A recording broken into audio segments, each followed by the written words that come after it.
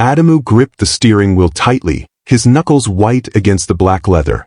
The tension between him and his wife, Kemy, was thick, like the humid air outside.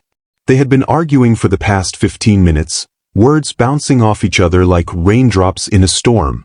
In the back seat, little Zainab, barely 5, sat quietly, her soft hums the only sound that hadn't yet turned sour. She wasn't strapped in, no one thought to buckle her seatbelt before they left. "Why can't you just listen for once?" Kemy's voice cut through the air, sharp and accusatory. "I'm not doing this right now." Adamu snapped, his eyes darting toward her, only for a second. But in that fleeting second, everything changed. The car swerved slightly, tires brushing the edge of the road. Adamu quickly corrected the wheel, a moment of silence hanging in the air as his heart pounded in his chest. He glanced back at Zainab, who had started to shift in her seat. But the child seemed unaware of the rising tension in her parents. "Keep your eyes on the road," Kemy warned, but the tone of her voice only added fuel to the fire that was already raging between them. Adamu's anger bubbled up again, and before he could stop himself, his foot pressed harder on the accelerator. The car sped up, the world outside blurring into a chaotic dance of trees, streetlights, and shadows. Kemy's hand flew to the dashboard. "Adamu, slow down. You're going too fast." But he didn't hear her. His mind was clouded by rage, every nerve in his body on edge. He was too focused on the argument, too focused on proving something to her. Why couldn't she understand him, for once? Out of nowhere, headlights appeared from the opposite direction. Too bright, too close. In an instant, time slowed down. Adamu yanked the wheel to the right to avoid a head-on collision. The tires screeched as the car spun out of control, sliding sideways across the road. Kemy screamed, a piercing sound that seemed to freeze the world around them. And then came the crash. The car slammed into a roadside barrier with a deafening crunch of metal and glass. For a split second, everything was silent. And then, Adamu realized something was wrong. The back seat was too quiet. Too still. "Zainab." Kemy's voice broke, raw with fear as she scrambled to turn around. Adamu's heart plummeted into his stomach as he twisted in his seat. The sight that greeted him was his worst nightmare. Zainab, who had been thrown forward by the impact, lay motionless, her small body crumpled between the seats. Blood smeared across her face, her tiny chest rising and falling shallowly.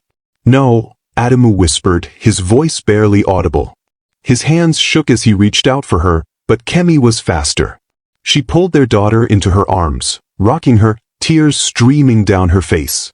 She's not waking up," Kemy sobbed, shaking Zainab's limp body gently. "Adamu, do something." Adamu scrambled out of the car, his own breath caught in his throat. Every second felt like a lifetime as he tried to open the back door, his hands trembling too much to grip the handle properly. When he finally wrenched it open, he reached in to check Zainab's pulse. There was none. "Please, Zainab, stay with us," he cried, desperation clawing at his chest. But it was too late. She was gone. The weight of what had happened crashed down on him. He had been so consumed by anger that he hadn't buckled her in. He had been driving too fast. He had allowed his frustration to cloud his judgment, and now their daughter was dead. Kemy's sobs filled the night, and Adamu stood there, staring at the lifeless form of his little girl, the world spinning out of control once again. The reality hit him like a wave. He had killed her. His actions, his carelessness. He had killed their daughter. Kemy's eyes met his, filled with a pain so deep that it was almost unbearable to look at. She didn't say anything. She didn't have to. The silence between them spoke louder than any words ever could. Adamu collapsed to the ground, his head in his hands, the weight of his guilt suffocating him. The road stretched out before him, empty, dark, and unforgiving. And there, in the cold night air, he realized there was no road back from this. Not for him. Not for his family. The cold night air stung Adamu's face as he scrambled back into the car, trembling hands fumbling with the ignition. Kemy still clutched Zainab's limp body, her sobs now muted into a terrifying calmness. Adamu couldn't bear to look at his wife, nor at the lifeless form of their daughter. He needed to believe. He had to believe, that there was still hope. "She's breathing, Kemy. She's still breathing," Adamu lied to himself, his voice shaking as the car roared to life. "We can still save her." Kemy didn't respond, her tear-streaked face pressed against Zainab's. The drive to the hospital felt like an eternity. Adamu floored the accelerator, the car lurching forward on the nearly deserted road. His heart pounded in his chest like a war drum, drowning out all other sounds. The hospital lights appeared on the horizon, growing closer with every frantic heartbeat. Adamu swerved into the emergency lane, tires screeching as he came to a halt. Without a word, he leaped out, rushing to Kemy's side. She clutched Zainab so tightly, Adamu thought she might never let go. "Come on, we have to move," he shouted, yanking the door open. Kemy finally relented. Her body moved mechanically as they rushed inside. Adamu's heart hammered in his ears as he carried Zainab, her small, lifeless frame lighter than ever. Nurses and doctors swarmed them, recognizing the gravity of the situation. She isn't breathing," Kemy cried, her voice breaking. "Please help her." Adamu handed Zainab's fragile body to the nurse, his hands shaking. His knees buckled, and he fell back against the wall as Kemy stood frozen, staring at the child they were now wheeling away into a sterile, white hallway. The emergency room lights flickered above. A doctor approached, speaking in a calm voice, but the words were lost on Adamu. His mind was consumed with the image of Zainab's tiny face, pale and lifeless. He could still feel the softness of her skin on his fingertips. "They're going to save her," he muttered, his voice hollow. "They have to." Kemy said nothing. Her face streaked with tears, her body trembling. She didn't believe him. Minutes dragged on. Each one felt heavier than the last. Every time a door opened, both Adamu and Kemy flinched, expecting someone to say it was over. There was nothing more they could do. Finally, a doctor emerged. His face was solemn, like something out of Adamu's worst nightmares. Kemy let out a strangled sob before the doctor even spoke. "We did everything we could," the doctor began, his voice soft, full of sympathy, but the injuries were too severe. Adamu's world crumbled. He heard the words, but they felt distant, like they were meant for someone else. His chest tightened. He stared blankly at the doctor, unable to process what he was hearing. "No," Kemy whispered, her voice broken. "No, no, no." She collapsed to the floor. Her cries echoed down the quiet hospital corridor. Adamu sank next to her, trying to hold her, but she pushed him away. "This is your fault," she whispered through her sobs. Her words, icy with rage, cut deeper than any blade. "You killed her." Adamu flinched, his breath caught in his throat. The weight of her words crushed him. He wanted to explain. It had been an accident, he hadn't meant for any of this to happen. But deep down, he knew she was right. He had been reckless. He had been angry. He had been distracted. And because of that, Zainab was dead. Nurses passed by, their whispers hushed, glances sympathetic but distant. Adamu sat on the cold floor, his back against the wall, head hanging in defeat. Kemy rocked beside him, curled into herself, as if the motion could undo what had been done. A heavy silence descended. Only the soft beeps and distant conversations filled the space. The doctor returned, nodding solemnly. "You can see her if you'd like." Adamu didn't move. He couldn't. His legs felt like lead. His heart shattered into pieces he didn't know how to put back together. Kemy stood first, wiping her tear-streaked face with shaky hands. She didn't look at him as she walked past, following the nurse down the corridor to the room where their daughter now lay. The door closed behind them, leaving Adamu alone in the harsh fluorescent light. For what felt like hours, he sat there, staring at nothing. He didn't know if he could face Zainab's lifeless body again, knowing his actions had caused her death. But the image of her, smiling, full of life, flashed through his mind again and again. Eventually, Adamu forced himself to his feet. Every step toward that room felt heavier. He wasn't ready for what awaited him, but he knew he had to see her one last time. He pushed open the door. There she was. Zainab lay on a small hospital bed, her face peaceful, as if she were only sleeping. Kemy sat beside her, holding her tiny hand, whispering in soft, broken words. Adamu froze in the doorway, tears streaming down his face. His entire world had been reduced to this one moment. His wife, his daughter, and the unbearable truth that he could never change what had happened. "I'm sorry," he whispered, the words barely audible. But they were too late. They couldn't bring Zainab back. The drive back home was the longest Adamu had ever endured. The roads, once familiar, now felt foreign, stretching endlessly, leading him away from a life he no longer recognized. Kemy sat in the passenger seat, staring out the window in cold silence. The tension in the car was suffocating. The weight of what had happened pressed down on both of them like a heavy stone. Neither of them spoke. Adamu's mind churned, replaying the accident over and over again, each time more vividly than the last. He could still hear the sound of Zainab's giggle just before the crash, the last pure moment before everything shattered. His hands gripped the steering wheel tightly, knuckles pale under the dim light of the dashboard. Every breath he took felt like a betrayal, knowing that Zainab would never take another. Kemy hadn't looked at him since they left the hospital. Her silence was louder than any scream, more punishing than any insult she could have hurled at him. Yet, as the kilometers passed, the weight of his guilt was accompanied by something darker, something he hadn't expected: resentment. They pulled into the driveway. The house stood dark and empty, a shadow of what it once was. Zainab's toys were scattered across the front yard, untouched since they had left earlier that day. Adamu turned off the engine, but neither of them moved. The car felt like a cage, holding them in place with the ghosts of their daughter's laughter echoing in the back seat. Kemy was the first to break the silence. "I'll never forgive you," she said quietly. Her voice was low, steady, yet filled with venom that made Adamu's stomach twist. He flinched at her words, feeling them like a slap across his face. He knew he deserved it. No apology would ever be enough. But even then, something in him snapped. "You think I don't know that?" he muttered, barely able to contain the tremor in his voice. "You think I don't blame myself every second since it happened?" Kemy turned slowly to face him, her eyes red and swollen, but the fire in them unmistakable. "It wasn't just the accident, Adamu," she spat. "It's everything. You were reckless. You drove too fast, didn't care. You let your anger take control, and now," her voice cracked, her breath hitching as she held back more tears. "Now our daughter is dead." Adamu's heart clenched. The truth of her words suffocated him.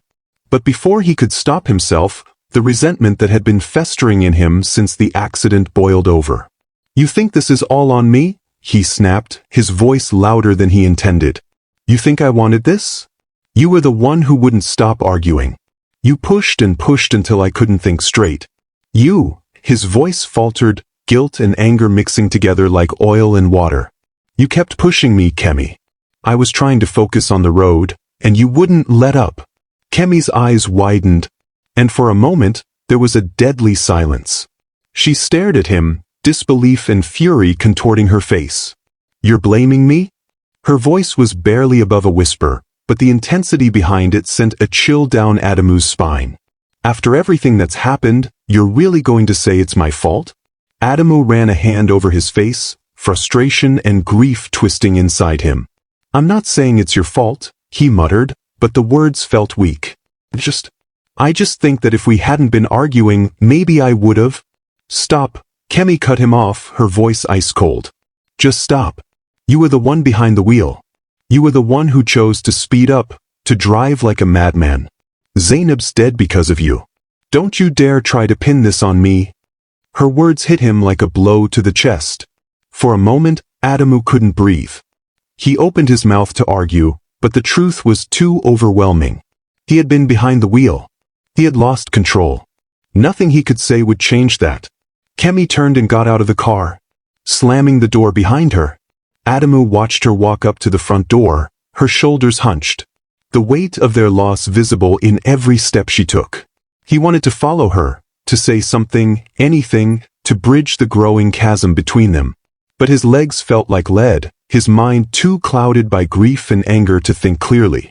He sat there for what felt like hours, staring at the house, the dark windows staring back at him like empty eyes. His hands trembled as he gripped the steering wheel again, squeezing tightly until the pain in his knuckles forced him to let go. He knew that when he walked inside, it would never be the same. Zainab's laughter would never fill the rooms again. Her toys would remain untouched, and the silence would be unbearable. Eventually, he forced himself out of the car. The house loomed before him, cold and empty. As he walked up to the door, his footsteps slow and heavy, the reality of his life without Zainab pressed down on him, suffocating in its intensity. When he opened the door, the eerie stillness greeted him. Kemy was nowhere to be seen, and the absence of her presence was as loud as a scream. Adamu stood there for a moment, staring into the darkness, the weight of everything finally crashing down on him. He stood motionless at the entrance, the faint creak of the front door echoing in the stillness. The house, once filled with warmth and Zainab's lively chatter, now felt like a hollow shell. Every corner, every object, seemed to remind him of her. The small shoes by the door, the half-colored drawings on the coffee table, her favorite doll lying forgotten in the hallway. His feet felt like lead, but he forced himself to move, step after step. The dim light from the hallway barely reached the living room, where shadows clung to the walls like painful memories. His mind kept flashing back to the drive, the arguments, the split-second decisions, and that deafening crash. He could still hear it, the sickening crunch of metal, the sharp scream that tore through the night, and the silence that followed. He found Kemy in Zainab's room. She sat on the edge of the bed, her back to the door, staring down at Zainab's pink blanket. Her hands gripped the fabric tightly, knuckles white, as if holding on to it could bring their daughter back. Her breathing was shallow, uneven, and Adamu knew she was trying to hold herself together, trying to keep from breaking completely. He wanted to say something, to apologize again, to reach out and touch her, but the words stuck in his throat. He took a hesitant step toward her, heart pounding. Kemy, his voice was barely a whisper, but she stiffened at the sound of it. Her grip on the blanket tightened. "Don't," she said, her voice cold and brittle. "Just don't." Adamu stopped, unsure what to do. His hands hung uselessly at his sides, trembling. "But I didn't mean for any of this to happen," he said, his voice breaking. "I swear You didn't mean to?" Kemy cut him off, her voice rising in disbelief. Slowly, she turned to face him, her eyes red and swollen, but sharp with fury. "Adamu, you killed her. A little girl. You want to talk about what you didn't mean to do? You drove like a maniac, you didn't put her seatbelt on." "I know," Adamu shouted, surprising even himself with the force of it. His chest heaved as guilt and anger boiled over. "You think I don't know that? You think I don't see her face every time I close my eyes? You think I don't hate myself for every single second of that night?" Kemy stood up suddenly, her body trembling with rage. "Then why are you standing here blaming me? Why did you say it was because we were arguing? Do you think for 1 second that I don't blame myself too? That I don't wonder if I'd just stopped talking, if I just kept quiet, Zainab would still be alive?" Her words hit him like a punch to the gut. He hadn't realized how deeply she was hurting, how much she was tearing herself apart, just like he was. But instead of bringing them closer, it only seemed to drive them further into their separate grief. "I don't know," Adamu said, his voice barely above a whisper. "I don't know what I'm doing. I don't know how to fix this. I don't know how to live with myself." Kemy shook her head slowly, tears streaming down her face again. "There's no fixing this, Adam. There's no going back. Zainab is gone, and we have to live with that every day for the rest of our lives." Adamu felt the weight of her words press down on him, heavier than before. He wanted to reach out, to hold her, to find some small piece of comfort in each other, but the distance between them felt insurmountable. There was too much pain, too much blame. Kemy turned away, wiping her face with the back of her hand. "I can't do this," she whispered, more to herself than to him. "I can't live in this house, surrounded by everything that reminds me of her. I can't live with you." Adamu's heart sank. "Kemy, please." "I need space," she said firmly, her voice stronger now, though it still trembled with emotion. "I need to go away for a while. I need time to figure out how to breathe again, without feeling like I'm suffocating every time I look at you." The words stung, but Adamu knew, deep down, that she was right. The house, the memories, the overwhelming grief, It was suffocating. They couldn't face it together, not like this. Not when every glance they shared was filled with accusations and reminders of the life they had lost. Kemy stood there for a moment, as if waiting for Adamu to say something, to argue, to beg her to stay. But he couldn't. He didn't have the strength. All he could do was nod weakly. "I'll go tomorrow," Kemy said, her voice quieter now, almost gentle, as if she too understood the finality of her decision. She walked past him, her footsteps barely making a sound on the soft carpet. Adamu stood frozen in the middle of Zainab's room, surrounded by the ghost of his daughter's presence. The toys she'd never play with again, the bed she'd never sleep in. He heard Kemy's bedroom door close softly behind her, leaving him alone in the quiet darkness. Adamu sank to the floor, his back against the wall, staring into the emptiness. His mind raced with all the things he wished he'd done differently, all the ways he could have prevented this. But none of that mattered anymore. Zainab was gone. Kemy was slipping away.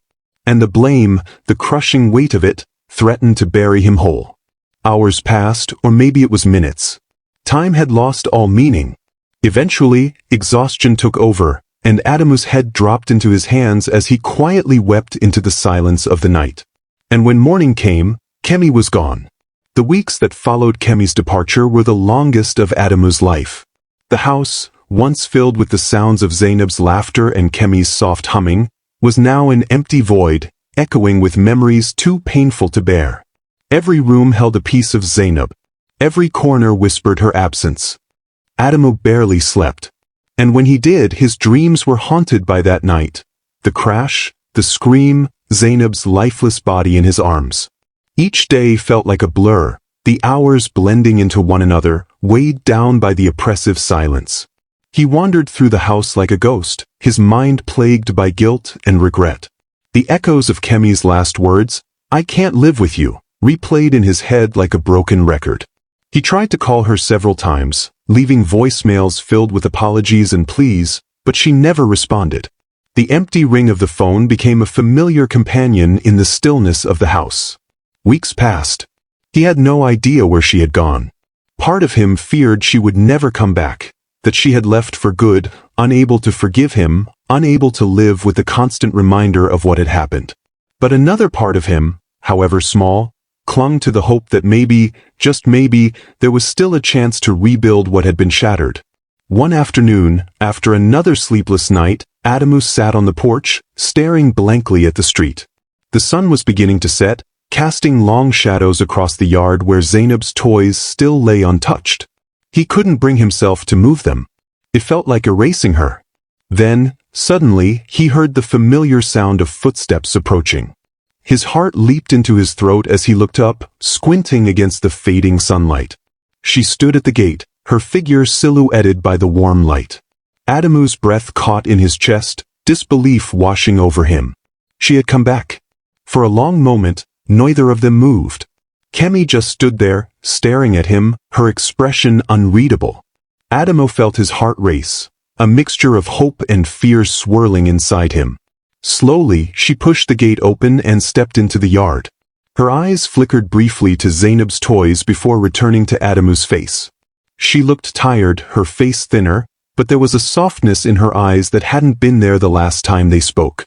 Adamu stood up, his body tense, unsure of what to say. The words he had rehearsed in his mind over the past weeks vanished, leaving him speechless. His mouth opened, but no sound came out. Kemy was the first to speak. "I needed time," she said quietly, her voice calm but carrying the weight of everything they had been through. "I needed space to think, to breathe." Adamu nodded slowly, his throat tightening. "I understand," he whispered, afraid to say more, afraid that one wrong word might shatter whatever fragile thing was hanging between them. Kemy took a deep breath, her eyes searching his face. "I spent those weeks blaming you," she continued, her voice soft but steady. "Blaming myself. Blaming everything. But that wasn't helping. It wasn't bringing Zainab back. And it wasn't helping me heal." Adamu's heart ached at the mention of their daughter's name, but he forced himself to listen. He had to hear her out even if it was painful. "I realized that if I stayed angry, if I kept holding on to the blame, I'd never move forward. Neither of us would, she said, her voice breaking slightly. We can't undo what happened, Adam. We can't bring her back. Adamu's eyes filled with tears, and he nodded again, his voice hoarse. I know. Kemy looked away for a moment, wiping a tear from her cheek. I was so angry at you. I felt like I couldn't forgive you. But in the end, it wasn't just about you. It was everything. Our arguments, the way we lost sight of each other, how it all spiraled out of control. Adamu swallowed hard, guilt pressing against his chest. Kemy, I'm so sorry, he choked out. For everything. I wish I could take it all back, but I can't. I don't know how to live with this. Kemy stepped closer, her eyes filled with sorrow and understanding. Neither do I, she said softly. But we have to try. We have to find a way to keep living, even if it hurts. Even if it feels impossible.